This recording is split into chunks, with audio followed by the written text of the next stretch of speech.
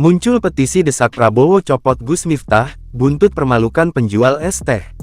Sosok Gus Miftah, atau Miftah Maulana Habibur Rahman, tengah menjadi sorotan usai video pernyataannya yang dianggap mempermalukan seorang penjual es teh viral di media sosial.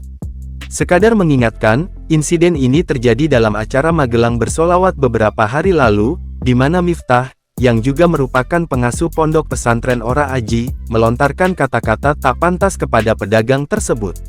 Dalam video tersebut, Miftah terlihat mengejek penjual es dengan ungkapan yang dinilai merendahkan.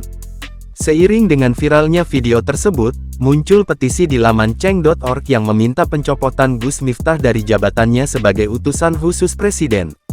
Petisi ini mendapat perhatian luas setelah aktivis perempuan Kalis Mardiasih juga meminta Miftah dicopot.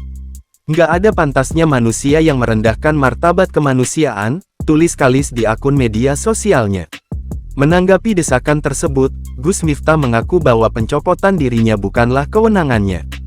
Tidak usah tanya soal desakan pencopotan itu bukan kewenangan saya, kata Miftah saat ditemui di kediamannya.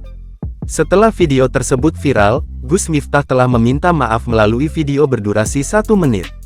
Ia juga menyampaikan permohonan maaf kepada masyarakat yang merasa terganggu oleh pernyataannya.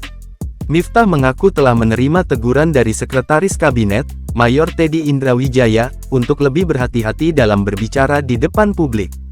Ini juga merupakan introspeksi bagi saya untuk lebih berhati-hati dalam menyampaikan pendapat, tutup Miftah.